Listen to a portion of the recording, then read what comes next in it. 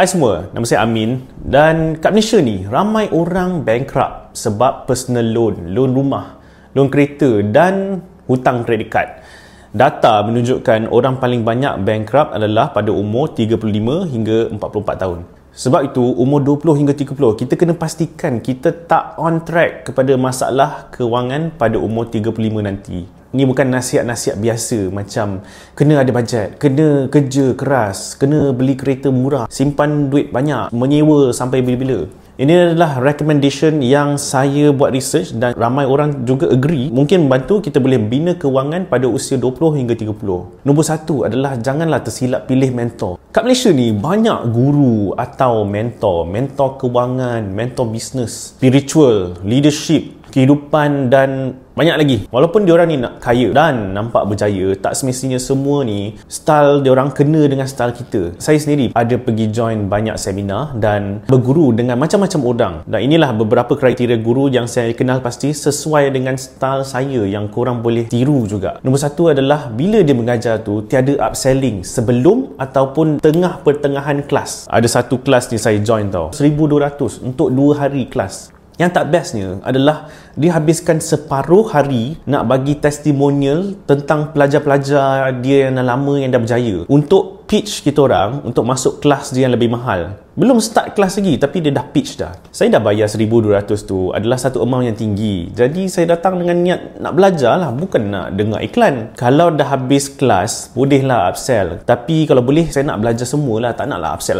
lagi. Next, saya prefer kalau orang yang mengajar tu mesti ada pengalaman dengan apa yang dia ajar. Bagi saya, orang yang mengajar tu penting kena ada pengalaman sendiri. Contoh kalau dia mengajar tentang macam mana nak buat bisnes, dia kenalah ada bisnes yang berjaya. Lagi elok adalah bila time class dia sendiri yang mengajar, bukan staff dia hire untuk mengajar. Next, saya tak suka kelas yang buang masa. Style saya tak suka menyanyi, menangis, motivation session. Kalau title kelas tu adalah cara nak dapatkan RM5,000 dalam masa sebulan, saya nak terus belajar lah, start kelas. Belajar macam nak dapatkan RM5,000 dalam masa sebulan. Jadi pilihlah mentor yang kena dengan style kita, atau sama ada kita nak jadi macam dia atau tidak. Penting sangat ada mentor ni sebab saya dulu ego. Saya tak nak belajar daripada sesiapa. Saya rasa saya pandai, saya boleh belajar dengan sendiri. Memang betul pun, saya boleh belajar dengan sendiri. Cara marketing, cara Facebook ads, cara menjual. Tapi bila saya dah jumpa mentor yang bagus, yang sesuai dengan saya, kerja saya lebih laju dan tak ada lagi ragu-ragu sama ada benda yang saya buat ni betul ke salah, akan berjaya ke tidak. Dan sekiranya ada persoalan, terus boleh tanya orang dan orang akan bagi jawapan tanpa saya kena cari sendiri jawapan yang akan mengambil masa yang lama. Kedua, be irreplaceable. Dalam bahasa Melayu maksudnya adalah tiada ganti. Kat mana-mana pun lah kita kena jadi irreplaceable. Kat tempat kerja, kat kehidupan, bercinta, dalam tim bola, bersukan. Jadi macam mana nak jadi irreplaceable kat tempat kerja? Cara paling senang adalah dapatkan skills atau belajar benda yang orang lain tak tahu ataupun tak nak buat. Contoh, belajar bahasa yang orang lain tak tahu macam Mandarin, Korean, Jerman, Arab. Kena strategize sikit lah. Kalau syarikat kita banyak bisnes dengan negara Arab, belajar bahasa Arab. Invest sikit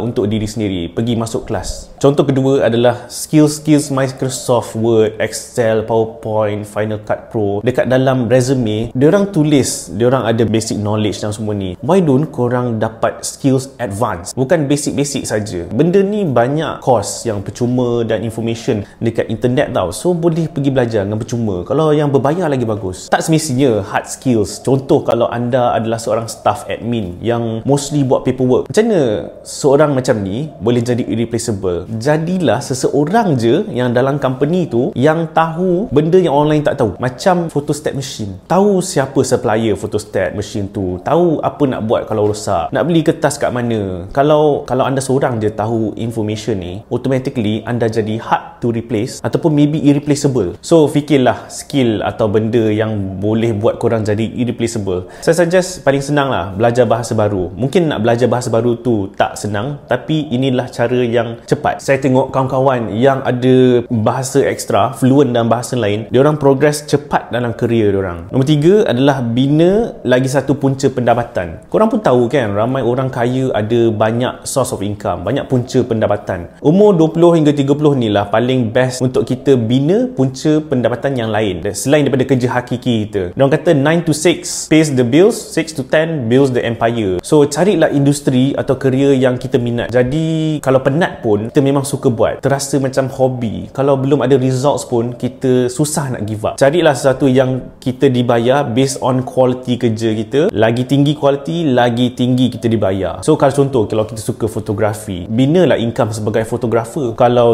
pandai design, buatlah freelance design. Kalau kita dulu pandai main bola dan kita minat bola, jadilah coach bola. Dan akhirnya buatlah training center bola sendiri. Jadi ejen takaful, ejen hartanah, ejen unit trust, bina YouTube channel macam saya tengah buat ni.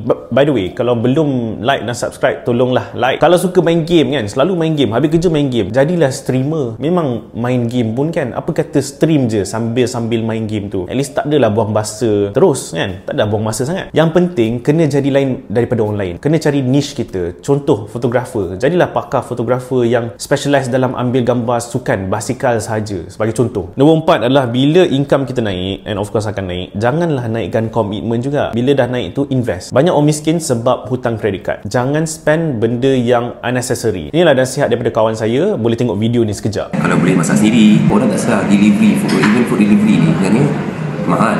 Kalau boleh kemas rumah, masak sendiri, jangan hire orang, masuk bilik sendiri, tak susah pun. Kalau boleh spend more time doing my own things by myself, tapi daripada spend duit.